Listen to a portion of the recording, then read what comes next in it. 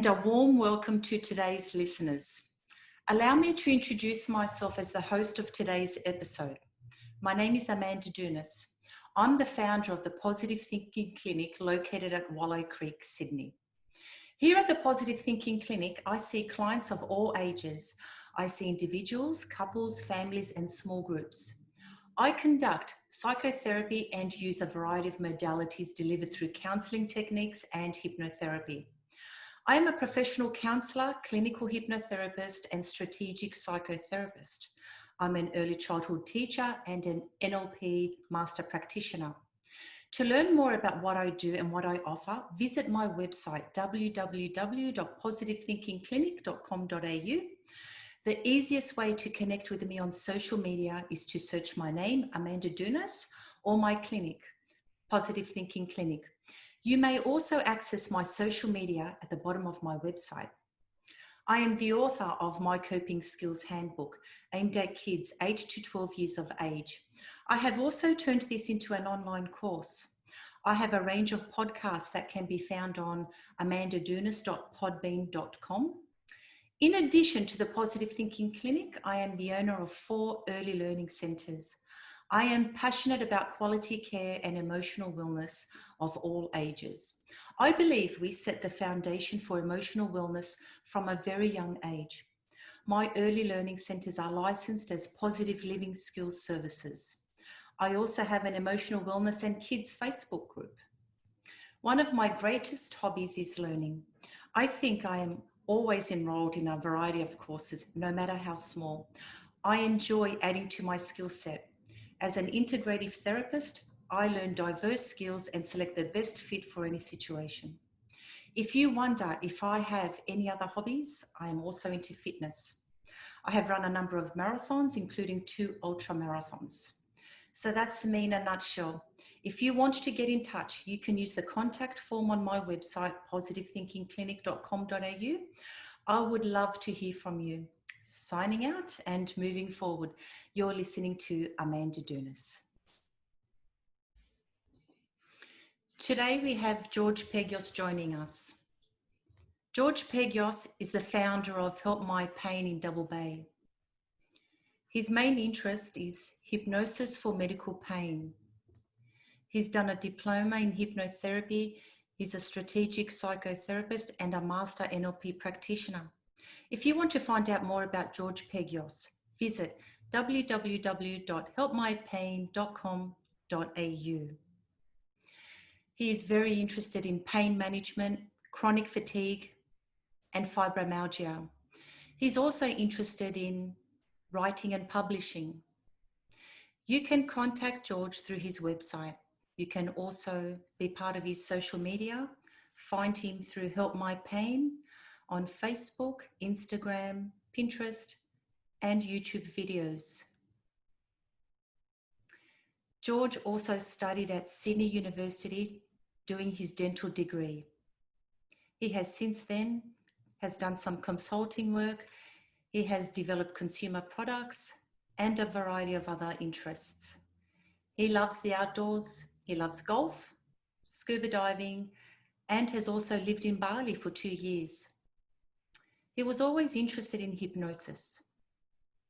First, he started with NLP, and then he realized from his lecturer, Gordon Young, that he offered strategic psychotherapy and clinical hypnotherapy.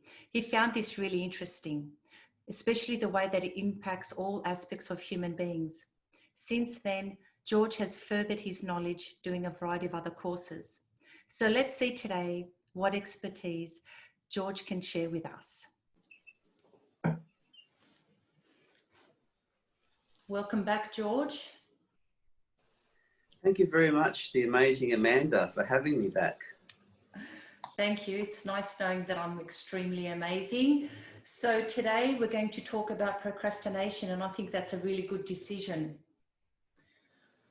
I think we'll start with a definition of procrastination just for our listeners. We can't always assume that everybody knows what procrastination is. And it's a state where you are persuading yourself to get something done, or there's something that you would like to do, but you're avoiding it. So instead of doing what's important, all of your meaningful tasks, you find that you're doing trivial activities or just avoiding the task at hand altogether.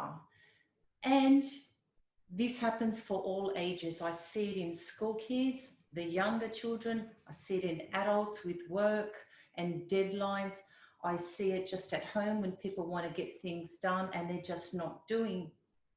And then they come into the clinic and they say, or they tick the box and say, yeah, I procrastinate. And it does become a problem in one's world because it stops them from feeling and being efficient. And it's really stopping them from exploring themselves to their full potential. When they're procrastinating about something, that means they're not getting it done. And then they're just not feeling good about themselves. So what's your view on procrastination, George? Look, I think that's very well said.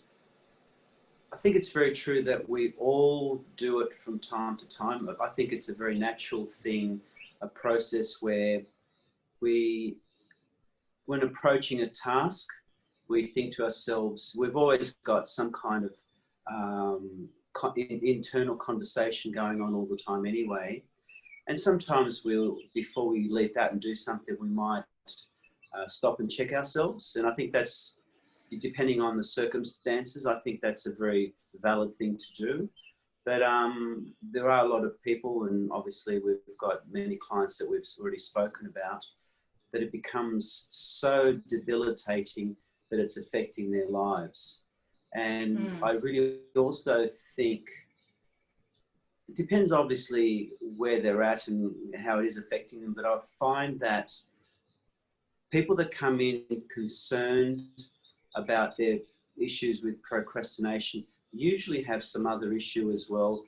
It may be anxiety, or it may be depression, or some other aspect of that as well. So what we call comorbid. I think that's a very important thing that we see. Would you agree? Absolutely. Anxiety, depression, insomnia. There's a whole list of things that can live with procrastination. So whether one causes the other or vice versa, I'm not sure. But just the fact that procrastination is there and as a problem and people come in with it, I think, well, I tackle procrastination like separately because they are separate even though they are comorbid. And I like to work on a plan. If someone is procrastinating about something, it's quite clear that that tells me that they don't have a plan for the task that needs to get done. So when there's a plan, well, the overall task is like a generalization. It's an end result. So you'll find most often that those who procrastinate haven't broken it down into specific tasks. And once we do that, then the overwhelm seems to disappear because it's not in their mind, they've got 20 steps to do until they get to the final task. And that's what they're avoiding, all of that overwhelm. Whereas if you break it down into 5, 10, 20 tasks or small steps, and then you know that you only have to do one thing right now and that's it, then it lightens the load and takes away a lot of the overwhelm. Yeah, that's very true. Look, I wasn't going to, you remind me of something that I saw on a documentary a little while ago, and it may be a little bit off topic, but I don't think so. I was watching there was kind of special forces, some soldiers, I don't know if they were Navy SEALs or whatever they were, and the guy was interviewing the captain or the whoever was in charge of these people, and he said, what's their greatest weapon? And the reporter was expecting, something like a bazooka or something like that. And the guy said, their biggest weapon is Microsoft Office. And the guy was bewildered. What do you mean? He says, everything they do, they've got a plan. And, these guys, their lives are on the line, and everything is broken down into 10 or 15 steps. And they've got to do a presentation for everything they do. And it's so detailed, and obviously we're talking another level now, that one guy, he had a PowerPoint and PowerPoint presentation, he had the helicopter facing the wrong way, and they made him redo it. So everything has to be perfectly presented, and when they can do that, then they go and do it. So it's a matter of breaking things down. And you might argue that these guys have got their lives on the line, but sure, we do too, to some degree as well. We're doing things, and some things are very significant in our lives and some aren't. And like you said, we've got to put things in perspective and break them down and create a process for how we approach things. And again, we don't have to be as dramatic as that, but it gives a good example of how it should, we can reframe things and look at things differently. Yeah, that's right. It wasn't so long ago, and I have this quite regularly at this time of year. And for our listeners who are going to watch this or listen to this in the future, we're recording this actually in early September, and the HSC is fast approaching. It's around this time and a bit earlier that I usually get HSC kids or senior school students who, whilst they've been practicing procrastination with their usual tasks at school and their assessments in the earlier years, it's only towards the end now, it's crunch time, that they're realizing that it's going to cost them if they continue procrastinating, because they need to buckle down and study, or buckle down and learn topics, get their assessments done in preparation for their final assessments of that final HSC. And they come to me and they tell me that they procrastinate, and it's a huge problem. It causes great stress. One of their greatest stresses is procrastination. So like I said to you, we break it all down, and one of the things I get them to do is do the worst thing or the thing that you really dislike, do that straight away, because they don't want to do something, and so they don't do it. But they spend 1 or 2 hours worrying about it. Fretting about it, yeah. Yeah. And in the end, I say to them, well, did you end up doing, say it's your math? And they say, yeah, I did. How long did it take you? Well, 15 minutes. So you spent 1 to 2 hours worrying about it, when all it was a 15-minute exercise to do. So when we break down our tasks, I get them to do the worst thing first, so at least they know, get it over and done with, because the worst thing for everybody, but especially our teens, gives them the worst attitude as well. So that's one really good thing, but you can drag that over to adults as well. People are procrastinating. So I've even got people, and I know it's comorbid, like you said, with anxiety, depression, insomnia, low tolerance for discomfort, and the list goes on actually. But let's say someone says, oh, I want to clean my house and I can't because I'm procrastinating, because I don't want to do, all my tasks. And we break down what the tasks are, and you realize that it's one particular thing that they just don't want to do. And so they don't start the whole project. So we say, well, you hate that task, get that done first, get over and done with. So then the rest seems not as bad. So it's a bits and pieces approach that they do. Break it down into times, because when they think I've got to do it all tonight, there's overwhelm. Well, they're procrastinating about an assessment that's due, or a work deadline that's due next week. Well, what if you just do 20 minutes a day? How hard is that? You can spend more time worrying about that. So what I like to do also is, with kids, I get them to ask for help, because they can reach out to their teachers to get help with study, because this is a critical time for them. Good habits. Okay, if we're going to stay focused on kids' HSC and procrastination, we have to look at the absolute entire environment: sleep habits, food habits, drink habits, technology habits, attitude, self-talk. I don't know, whatever other habits there are. Distractions are a big thing. Social media now these days. And there's so many tools and apps that there's things that they can turn off their distractions or their notifications so that nothing comes through, so that while they say, I'm going to study from 6 to 8 p.m, nothing's coming through to distract them. Because you'll find they can spend 3 hours, and both you and I come from an academic background, and so both you and I know the mistakes as well. We can spend 3 hours trying to get through one paragraph because we've got to go to the kitchen, or we've got to go make a phone call and do a text and an email. But really, it's a 5 or 10 minute job, right? It's all about time management. Time management is a real big thing. And you can't really multitask these days. Not effectively. No. Because that's not how it works. We really need to be focused on what we really need to do. And another thing that's come up lately with a lot of clients as well is the concept of perfectionism, and I know there are a few different definitions about it, of perfectionism itself, but the one that and I don't know what your specific one is, but mine is that if clients say that if they really don't think that they can do it properly, then they keep avoiding it because they just don't think that they can do it that well.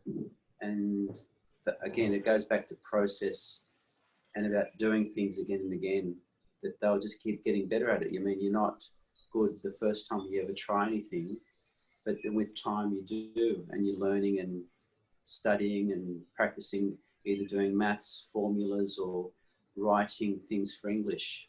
And again, we need to drum in that it is a process, that they expect it to be perfect from the word go. Oh, that perfectionism, I think that's a topic all by itself. I think that's really detrimental. I've noticed the trend from the young to even just the prep school kids to the high school kids and then to adults. Perfectionism is a great cause of depression and anxiety and everything else that surrounds that, and I like to break that down immediately. A lot of fears come from, and a lot of avoidance behaviors come from this perfectionism, fear of not being perfect. I have adults suffering, I have kids suffering. Some of the kids that I see, I've heard them say, I didn't go to the sermon carnival because I knew I wasn't going to come first, or I didn't go to my running event because I knew I wasn't going to come first.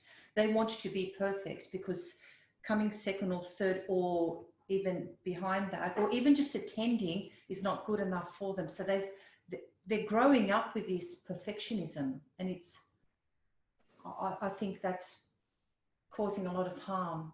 So I like to break that down straight away. Go on. Yeah, it's very sad because I mean I don't want to take away from what you're saying, but that's very sad listening to it, because the idea of a carnival is that it should be fun. Like sure, coming first and all that, very important, but underlying everything is, I mean, the name says it all. It's supposed to be fun. It's so sad. I use myself as an example quite often when it's a teachable moment, and I've done lots of courses. I've got 3 degrees and a number of diplomas, and have I done any of them perfectly? No way. There hasn't been one assessment. Maybe when I was in high school, maybe I'd do a few 100% in maths. That's from practice. But everything else that I've done, nothing's been perfect, but it's all been good enough. And so when you accept that, you let go of perfectionism, because it's not going to take you that much further, is it? Unless there's an absolute need. Okay, except people are thinking they have to be perfect at everything. Even look in people's homes, and this is causing great distress. The dishwasher has to be perfectly done, or the cupboards, or clothing cupboards, or the garages. That's okay to be neat, but we need some flexibility. If the lack of perfectionism is going to cause distress, that's not healthy. And so if we tie that up with procrastination, because that's our original topic, they do relate to one another. Some reasons why people procrastinate: fear of failure, fear of success, Yeah. Yeah. Fear of losing control, fear of being separated, fear of attachments. There's all these fears, this fear of unknown, lack of motivation. They can't tolerate, they can't form good habits. So I guess it's a way of teaching people to plan. Because if they're busy procrastinating, then they're not busy planning. So there's the tool. We see, like you said, process earlier on. What is it that our clients or individuals need to learn if they are procrastinating? We need to work out a system that's going to work for them. Look, I agree. So, sorry, sorry, I didn't mean to cut you off. Sorry. Need to continue? No, after Sorry, you. I don't want to be rude there. Amazing, Amanda. I think that a lot of people do procrastinate as well because ultimately they want to, depending on where they are and obviously what's happening as well within their lives as well, but ultimately by procrastinating they have the illusion that it's going to keep them safe. They want to keep themselves safe, whether it's been not being able to do it properly, where they perceive as though they'll be ridiculed, for whatever different reason. It's about keeping safe and keeping within their boundaries that they've created for themselves. And you know, life, you need to be, like the old saying is a boat, a sailing boat looks nice in the harbour, but that's not what it was meant to do. It was meant to sail the high seas. A boat was meant to, you know, explore and see new lands. And that's what we are with people. As people, you know, we need to grow, we need to experience things. And sure, there are going to be some rough times, but on the whole, they're nice times that we need to, that we use to learn more and live life to the fullest as well. And yes, you know, you can be ridiculed like a big storm. So what? You know, if you've done your best that you can, so what? It doesn't really matter. And that's what we need people to understand. Yeah, your best is good enough. You don't have to be the best. And so it becomes important when we have individuals coming into our clinics that we get to identify with their beliefs, their belief system, and what their sensitivities are. And this can help us plan our sessions. For example, are they missing the first step? What is it that they need? What do they not know? Do they not know how to get started, perhaps? What are they hesitating about?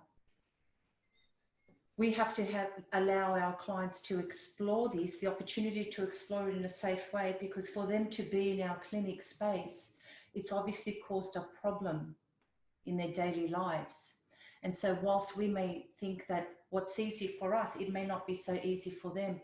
So we provide them a safe place for self-discovery and self-awareness. We look at their boundaries and their conflict management. What are they like? What do they need to improve on? Do they ruminate? Do they have a busy mind? Do we need to work on that as well? So we need to look at what things are keeping them procrastinating or keeping them from breaking that pattern. They have thoughts.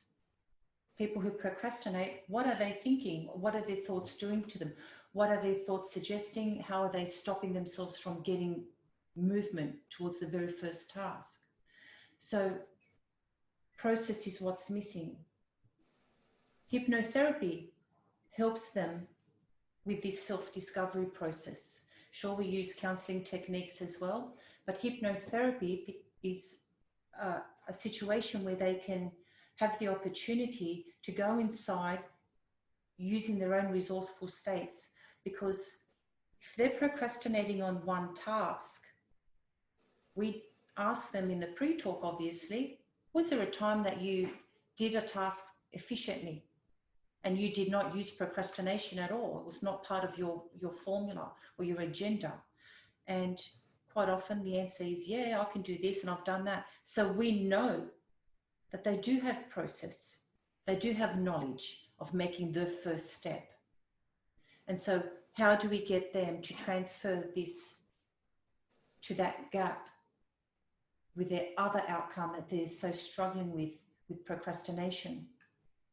Absolutely. So taking on from what you've said, we all do have resources. We're all born and in our lives develop ways of doing things, but there are circumstances came along where we may have been, pushed aside or something, and depending on where we're at, we start developing, some kind of shelter trying to keep us away from those kind of things. So by using hypnosis, we're chipping away at those barriers. We're removing the chit-chat that occurs in our mind, in the back of our mind, that self-doubt that comes through. And obviously, we're not talking about being total extroverts or anything like that, but being what's natural for you, but being the best you that you can be. I think that's what you want to aim for everyone. That's right. And to be fair, sometimes there's environmental triggers. So what they are procrastinating about now, they may not have procrastinated about that 5 years earlier, or shall this same situation occur in 5 years' time? They may find that they're not procrastinating then as well. So we look at their environment right now, and sometimes the environment needs to change. Sometimes it's workplace culture. Sometimes it's their peer group or their social group.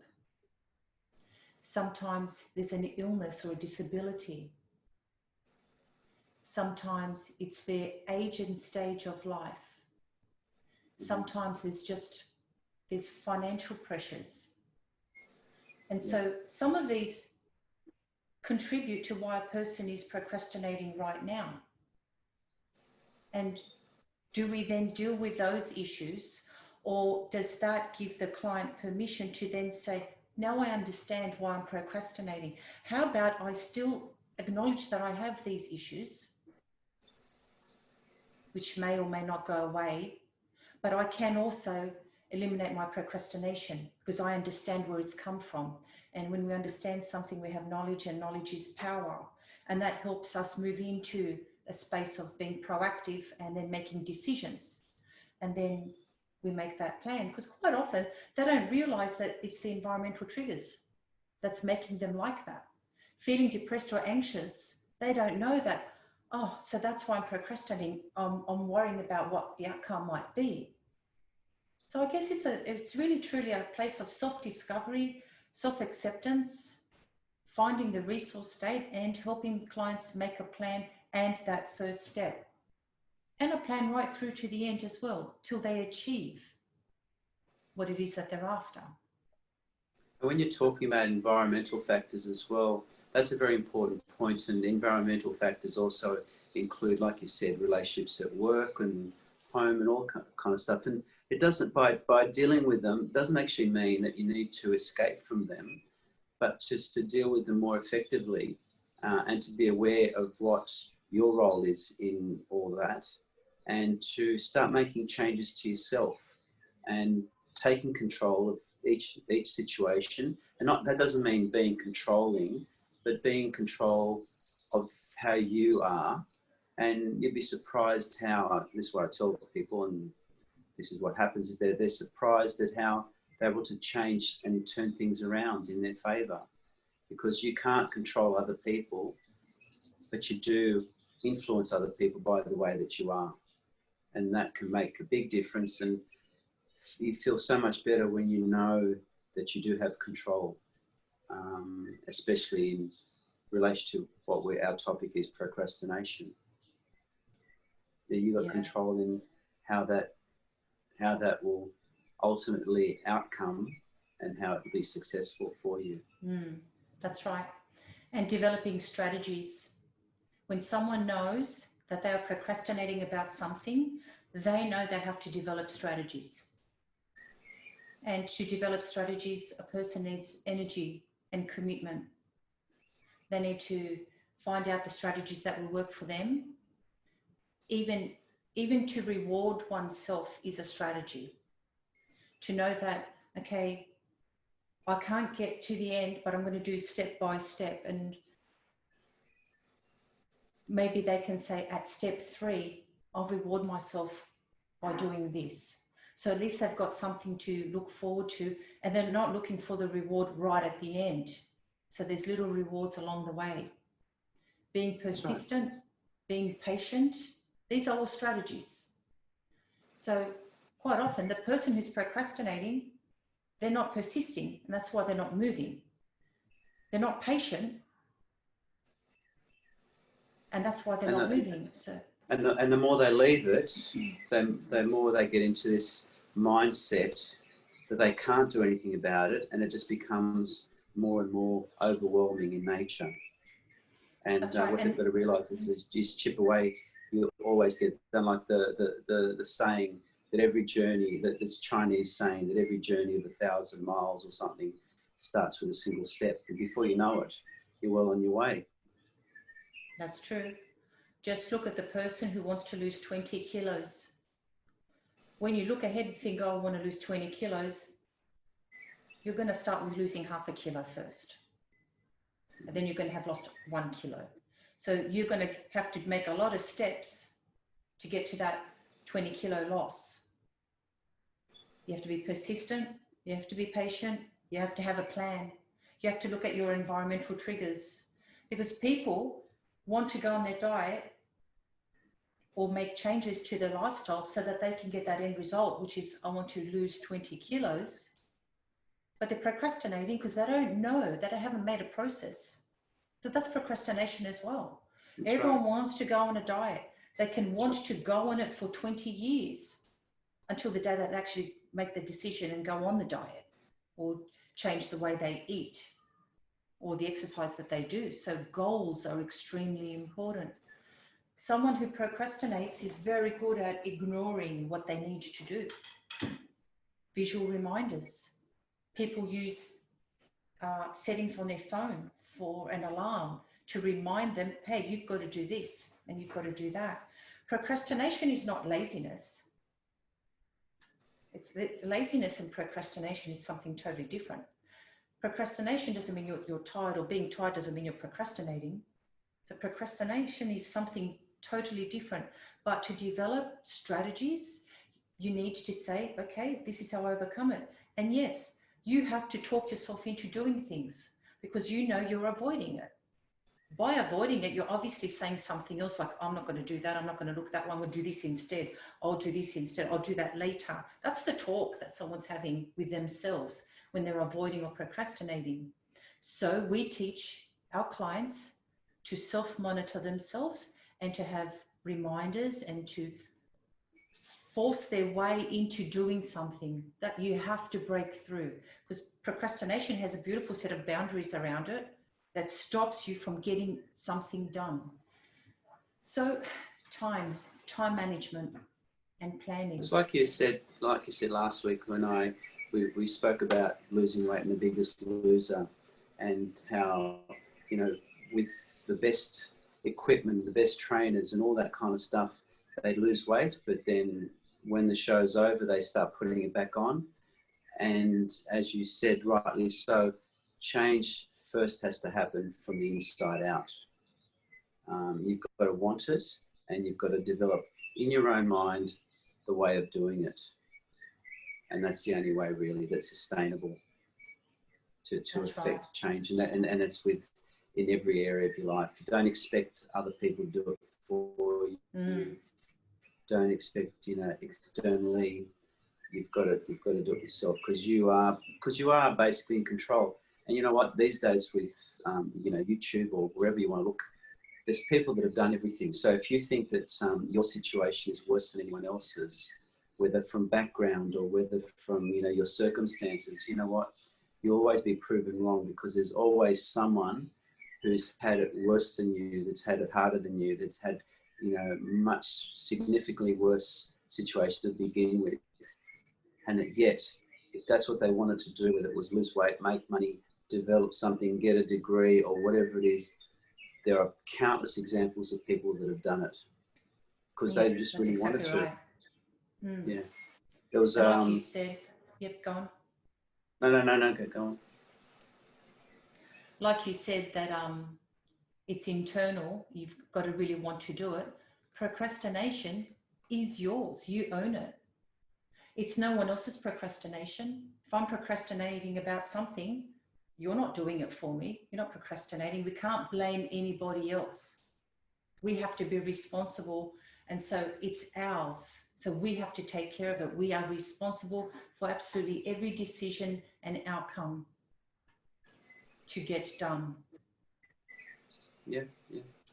And as I just said before, there's no reason why you can't. You can do anything that you put your mind to. You just need a plan.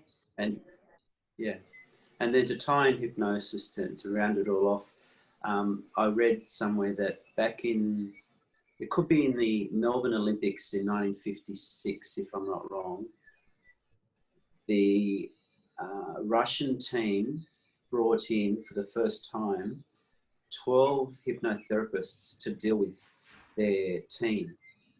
And that year, the Russians got the highest tally in the medals. So basically, they saw it a long time ago that with the right, with hypnotherapy, getting the right mindset, they won gold and they beat everyone else. So you can too. Everyone can. They can get a gold medal in whatever they want once they put their mind to it, and with a little bit of help from hypnotherapists like us. That's right. Thank you, George. You've been quite informative with all your examples from all the research that you've plucked out to bring into our session today. I'm very grateful.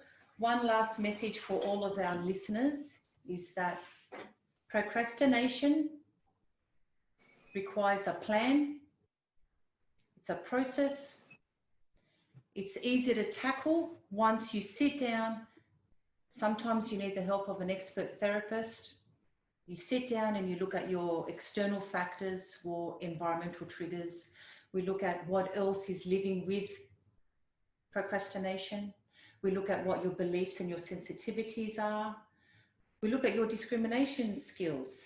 And if there's any other elements, such as whether you jump to conclusions, or if you're suffering from perfectionism, or if you're experiencing catastrophes in your mind.